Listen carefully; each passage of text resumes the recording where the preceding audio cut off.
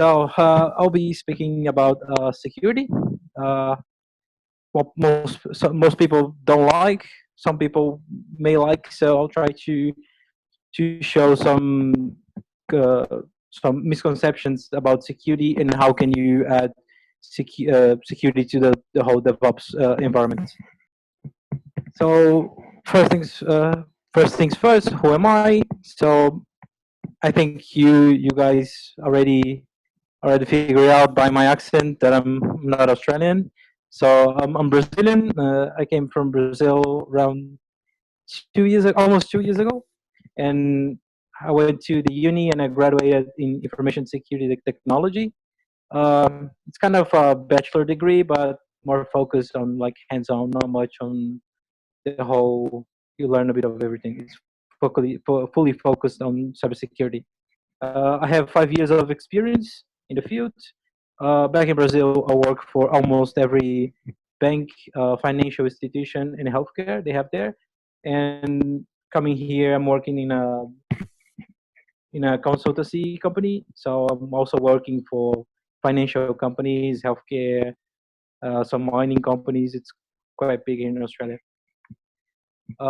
Aside of my main focus, I also like a lot machine learning and AI. I don't know much, but it's quite nice. I want to learn a bit more about it. Also on blockchain in general. So if you guys want to talk about so that let's chat. I'm also not much here in Australia, but I'm also a blogger and speaker. Trying to get back to it. Was pretty common back in Brazil, but right now I'm getting back to it. So I was an international student. I came to Australia to like improve my English and do an English course. And then I found out this company, and they decided to sponsor me. So now I'm a temporary resident, and hopefully in the near future I'll get my PR, and in the future be a full Australian citizen. Also, on my personal hobbies, I'm a black belt in Hapkido. I'm also an archer, and I'm like a uber nerd. So any comics and pop culture, like let's chat. And above all, I'm a Star Wars fan. So if you guys wanna chat about this, let me know. I'm kind of really into it. So DevOps in a nutshell. I don't think I need to explain to you guys what is DevOps. You probably know better than me. But for people that might be starting or it's not sure what it is, so DevOps is basically a combination of a cultural philosophy, practices, and tools. The dev part came from the development and the roles, and it's responsible to actually build the apps and the things and do it faster. And the ops part comes from the sysadmins that it's responsible to keep it stable. So nothing new here. But what the sec or the security enters in this? So it's basically to make things secure. I'll point out in this presentation a few misconceptions that people usually think about security, and I'll try to solve them and show that this is not exactly what people think about it. So first thing, what happens if you don't care about security?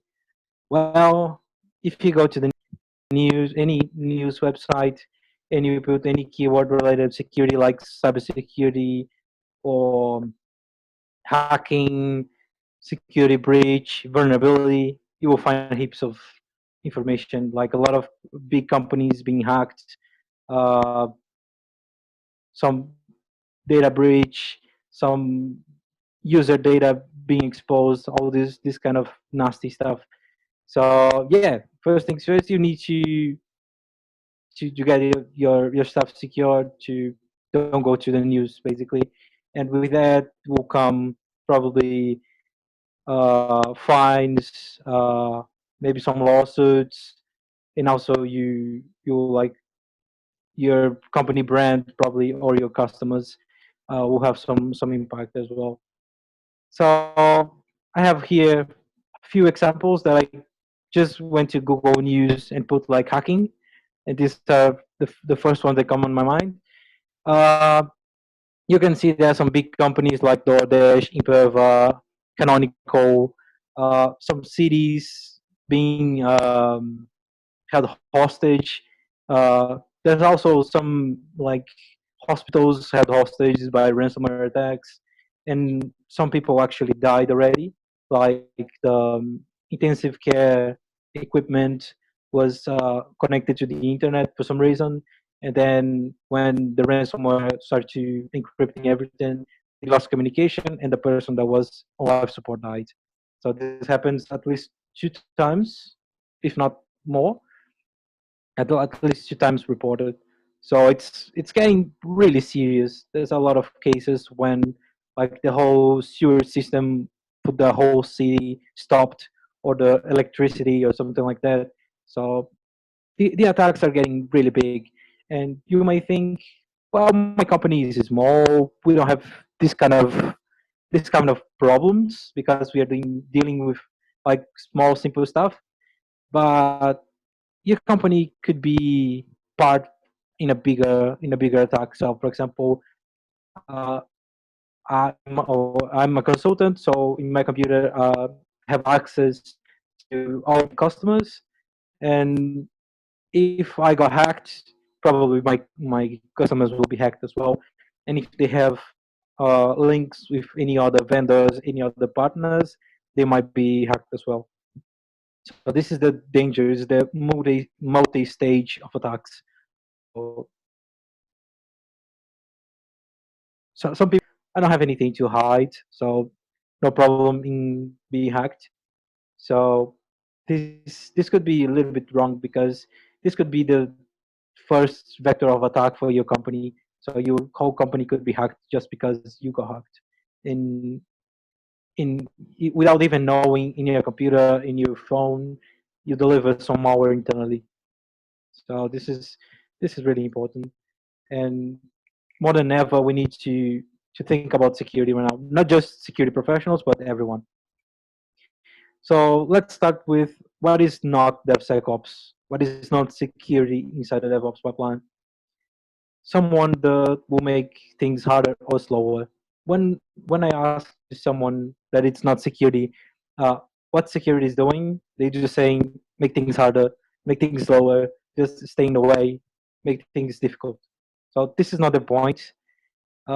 This is kind of the complete opposite. We want to empower everyone to keep delivering, being even more productive, but at the same time keep everything secure. Another one, it's someone that just say no to everything. Uh, I heard this a lot already. Like, um, when I said I'm security, people will say, "Oh, you are from the no department." But no, it's not that. But the old school traditional companies, organizations, they have this kind of the security is a silo. It's super secret, top secret. No one knows what's going on inside. They will block everything, and then they will say no if we want to use something different or we want to try something. They'll be there to say no.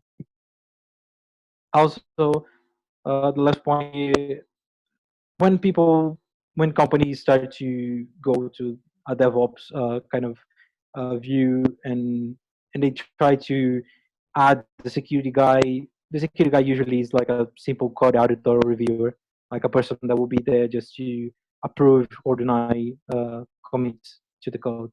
But this is not the point. This is, yes, could be one of the tasks, but we have like a lot of different tasks that we need to perform, and we need to help you guys perform as well. So this is just one of them, not generalized here. So what is DevSecOps? So these are the main areas that we usually act. So detection, like, will help you guys to see when something goes wrong, something that should not happen when start happening, and also with that we start alerting on these problems. Have these automated alerts to like show people that something is wrong, and then comes the next one is remediation. It's basically go there and try to fix, and also countermeasures to make sure that this never happen again. And could be as simple as like a bug in a code, and as a complex as a data breach or something that went public that was not supposed to be public. And there's also forensics. Forensics is more like investigation tools during and after an incident to try to understand where this came from and what really happened, and try to figure out where is the root cause and then fix everything from there. And I think the most important one is the last one is the awareness. Like I said before, security is not just for the security guys anymore. Everyone needs to know a little bit just to not make common mistakes. For example, on the more like web related, we have the OWASP top 10. They have like a rank of the most common mistakes or vulnerabilities in web application. The first one is injection attacks, and I can assure you guys, like in less than 2 minutes, I can find a website in the web that is vulnerable to injection attacks. Uh, it's been there for like decades. It's super simple to fix it, but people or don't know or don't care. So this is kind of what I mean with awareness. Is try to show what resources that exist, show this kind of these tools so you guys can do your work in a secure way without blocking, without slowing things down. So the business usually wants us to build things faster and always stable. But how we do this and also so things most important, security should be involved since the beginning. Uh, it's pretty common to see when companies start to go into DevOps or even old tradition companies, they do like the development of their app or whatever they're building, and then assuming that everything it's working and tested, they go to the ops side of the things, and then deployed and tested and go to production.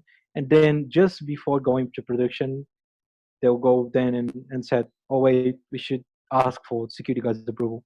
And then the security guys will go there and they'll see that something really weird will be happening. For example, like they have this whole monster to analyze, and wasn't like how can I say this, wasn't security wasn't involved, so they are not aware of what happened. They don't know how we should work, so they start to block stuff and things start to breaking. For example, one example what I saw a few weeks ago, like a company, a small company, they have like a database on AWS, and they try to access this database from inside AWS and the VPC, and also remote in their customers. So they didn't have any security professional or any guidance from security. So what was the first thing they thought, and the one that was implemented? Just open the database to the public, like to the whole internet. Open the database and let people connect, so our customers can connect. And then when I saw that, I was like, wow, it's clearly here that security is not involved, because you should not enable a database to open public just with a kind of strong password to protect it. This was the only barrier. And when I started blocking stuff, I saw things breaking up in the application, and the customers started to call complaining that the application wasn't working for them anymore. And then we realized that this was done in a way that they had to go back and change the whole application to work in a way that was a little bit more secure without connecting directly to the public web facing database, and doing some other steps to make at least have security in depth, like more than one layer of security. So if the first one fails, we still have others to to back up. Uh, so for now, people is the more important resource for security and the most important task, because like even without knowing, someone could make a mistake and then this could cause like a big problem. For example, your whole repo is a private repo, and by mistake someone set it to public, like one line of Terraform, and you messed everything. So we need to kind of teach the people to think more like a security professional, so they can spot these simple mistakes. Uh, Also, security can also assist in breaking and integrating silos. Uh, Security by itself cannot do much. You need the cooperation from the other teams, and they need to communicate between them. So security is one big thing to help to break the silos and integrate people from different roles and different backgrounds. And also needs to be approachable from both sides. All the security work, this is another misconception. Uh, I also mentioned this before.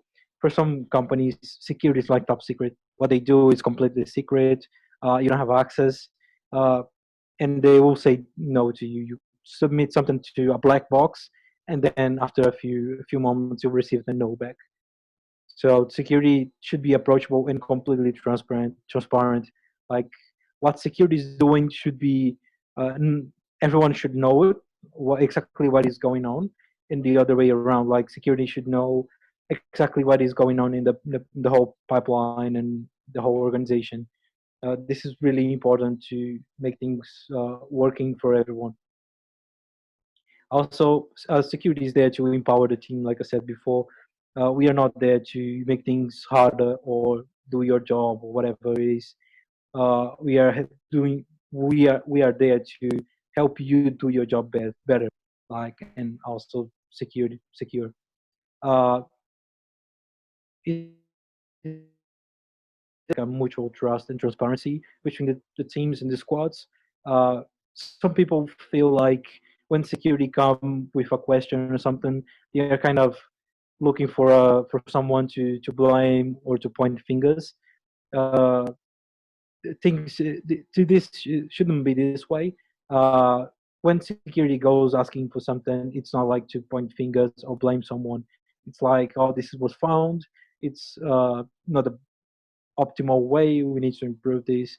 So, and feedback and influence is important in on each step of the pipeline. I have an image, a few in the next slide or in a couple of slides, basically shows the entire CI/CD pipeline and the DevOps pipeline.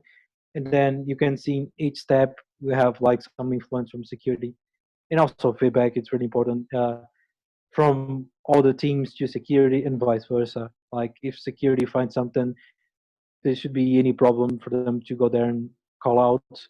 And the other way around, if security is doing something unreasonable, the teams should be the power to go there and say, well, wait a minute, this is not this is not cool. This is not how things should be doing should be done.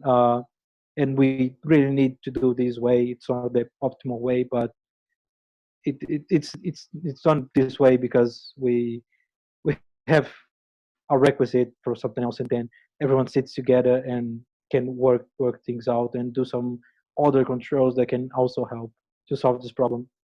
Uh, and the most important thing for the whole thing, also security, it's automated.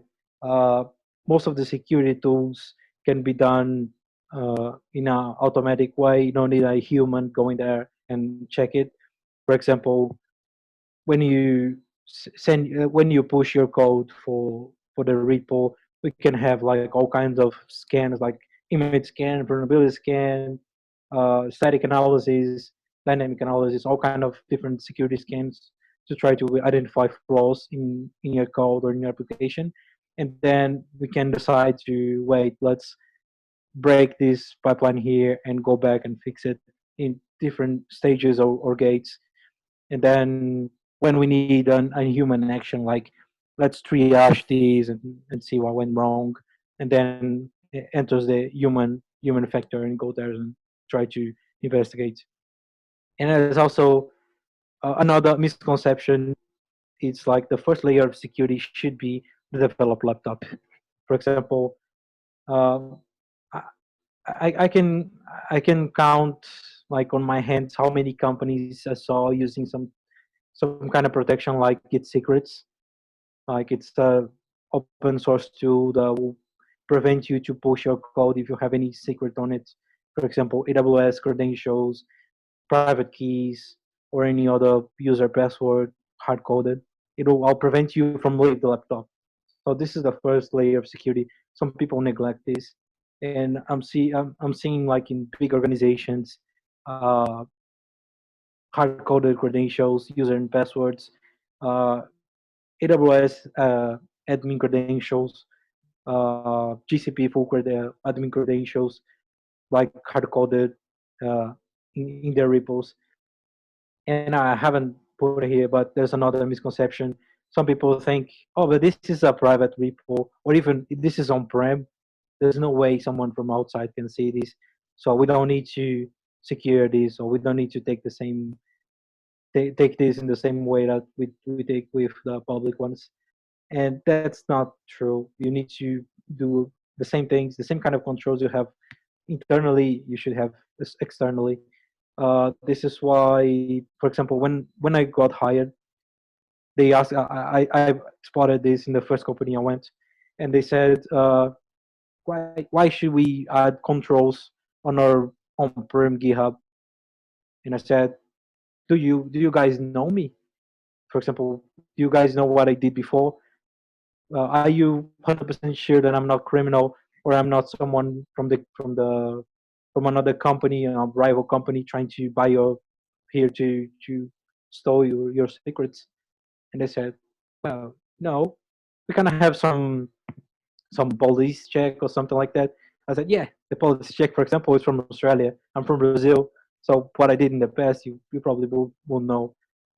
They said, oh wait, so yeah, that's important. We should check this, and then they started also you cannot be 100% secure that all your devices and all your employee devices are secure at all times and they're not compromised. They just need one device compromised to clone everything and send somewhere else. So this is a one of the most important things is the first layer inside the developer laptop, and it's pretty simple to clone it and set up. Just go look and get secrets. So you may ask why we need to do all this, why we need security guys poking around and messing with our deployments. So basically, first thing is to give confidence to the business that we are building and deploying, and it's validated and compliant with the company policies, with other standards like ISO, PCI, or even APRA for banking in Australia. So we can show some assurance that we are checking and we are okay with this. Also avoid or at least reduce failures, breaches, vulnerabilities, and other problems. All the telemetry, not just security problems, any kind of performance, even any kind of problems, even performance problems, because most of the security tools, they have the capability to go through logs and try to spot problems happening. Uh, some of them in real time. So this will help overall, not just security. And also, adding security in the beginning is not as dramatic as adding security at the end. Like I said before, the example when they did to go back and then re-engineer the whole application because wasn't too good the whole architecture. So spot a problem in the first stages will be way easier to fix than wait to the last step before the deployment, or even in some cases, I already saw this as well, after deployment, after the application is already live, they said to, oh, let's check the security if everything's okay, and then they found out it's not. Security tools also have a good visibility. It provides a lot of, for example, I'm working right now a lot with a security tool called Prisma from Palo Alto, and I can see, for example, ins and outs of Kubernetes clusters, all the VPCs, all the logs that going through these VPCs in these clusters. I can see other services in all regions, so I can have a visibility of basically everything inside of with a cloud provider, for example. So like I said, this is not just for security stuff. It's for like general use. Some security tools are used just for visibility, so it will help overall, and also will help in the audit and alerting capabilities. this could be for like compliance, like I said. For example, Opera and PCI, you might need some logs, some good lifecycle on logs, or even to troubleshooting. Like if you have a good auditing and logging strategy, you can troubleshoot easier when you have some problems. And security is like close to all the layers of the company. So, for example, we work closely with engineer developing the code, and also with the CEO, CTO, and CFO sometimes to have up like a broad view of the whole business, the requirements, the goal, what they're trying to achieve. Some of these details do not get to the developer or the engineer building the tool itself. Sometimes these things get lost in the middle. So security guys usually have this wide view of how things work. What's the strategy behind this specific app, or we're trying to what we are targeting, what we expect when we try to deploy this specific thing. So this might help to get everyone to deploy something more precise, more more efficient. So here's the image that I mentioned before. So in each stage, like the blue, it's more like a dev, and the orange is more like an ops. And outside, you can see like the security tasks. So I'm not going through all these. I think I'm short on time. Uh, but this is basically for each step. We also have a security add-on we should add, and some companies they might not have like myself that I'm formally trained in security, but they can get one person that it's more knowledgeable or has some a little bit more background in security. They can kind of be a security hero and can lead the whole team to a more security deployments.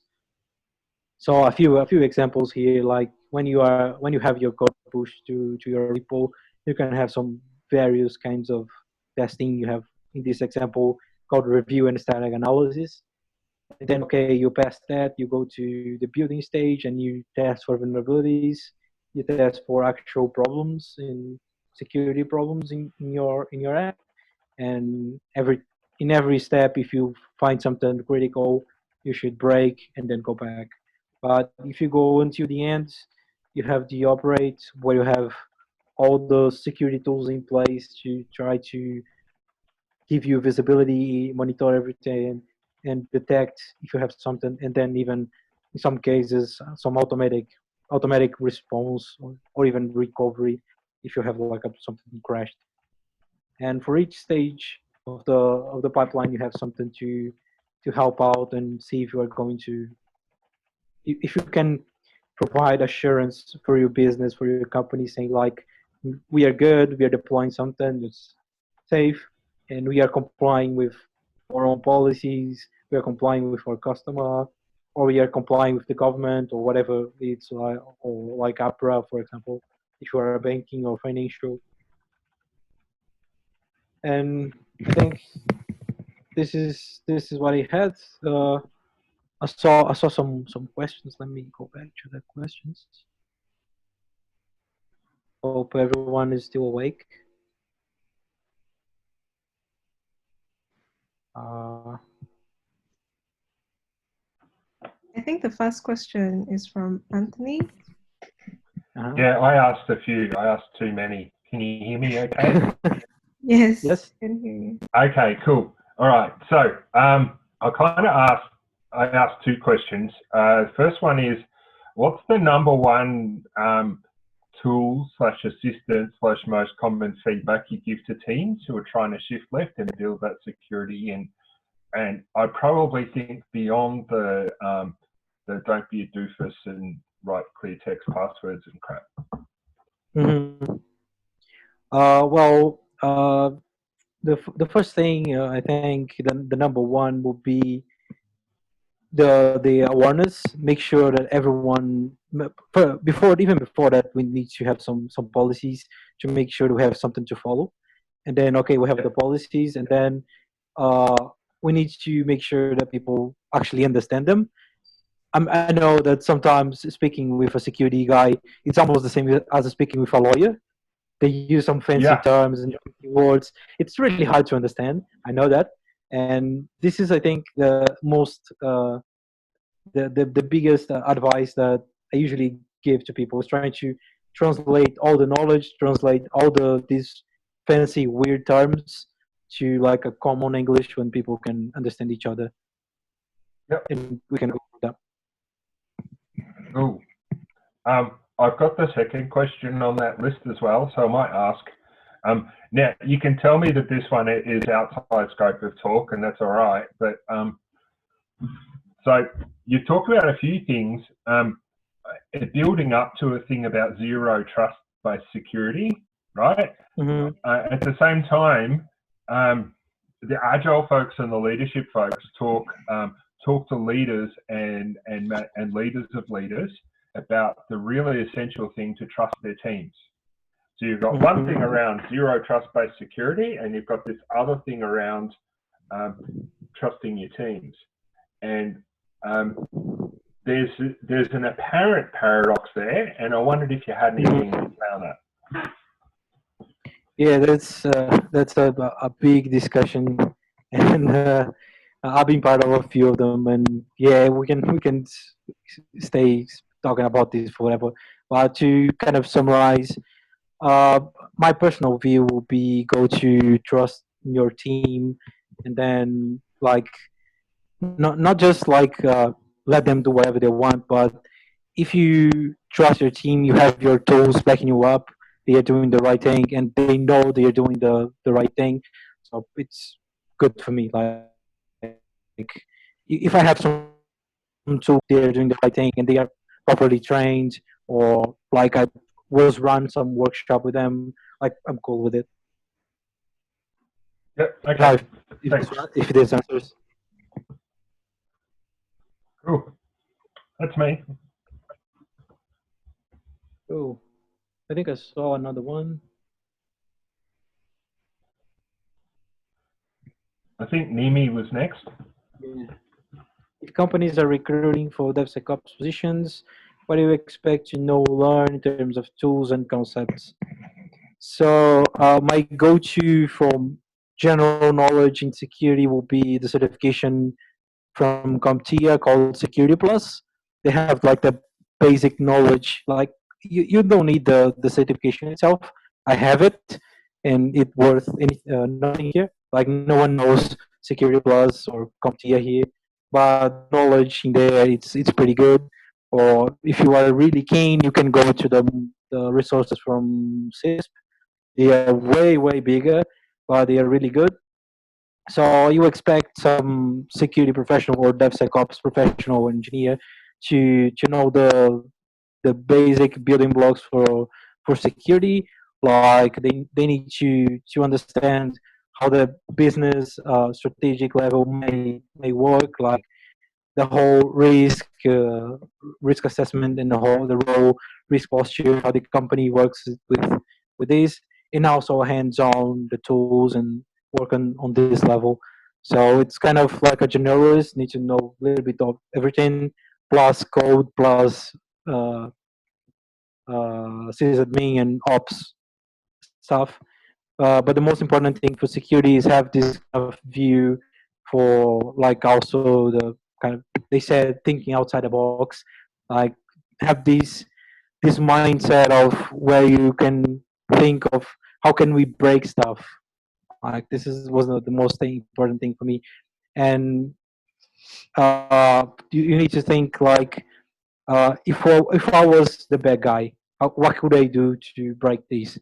And then based on this knowledge you can set up your tools and then work with that. A lot of guys that goes to security usually they have like a big background on sysadmin roles or even like firewalls and network guys, this kind of stuff. When you go hands on, this knowledge it's really important. You need to work your way through this any network issues. And also you need to learn a lot. Like you need to stay learning every day, because like I said, you have a lot of compliance and other regulatory things you need to know, from Australia law to ISO, PCI. If you are going to security on healthcare, you also have HIPAA. I don't know in Australia if they have one specific. I don't think so. But if you go to a different sector, they will have different things from compliance. So there's like two different levels. If you can have one person that can work in both, would be great. If not, you can pick one. Yeah, security champion for each team will work really well at Zendesk. Cool. Yeah, it works really well, and it reduces the overhead on the security, because it's really hard to find security professionals, especially here in Australia. I saw the market just open a side subject here.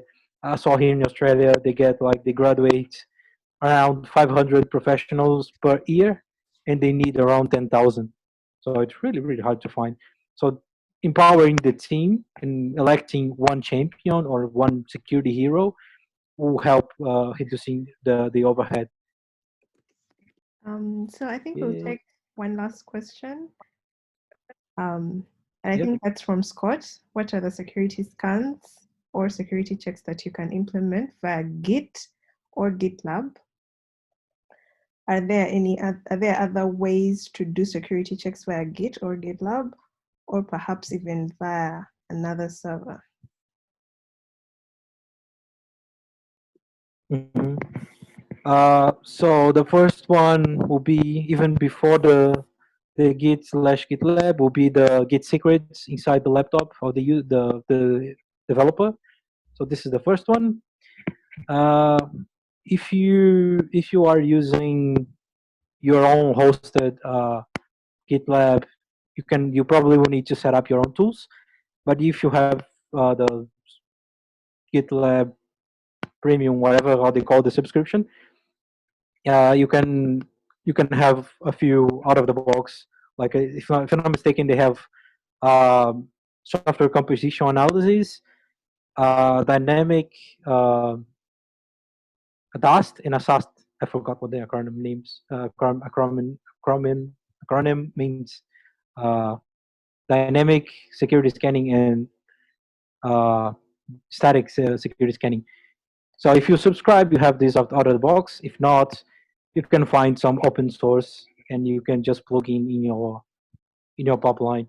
For example, OWASP have one. I think it's dependency check, if I'm not mistaken. This is really good.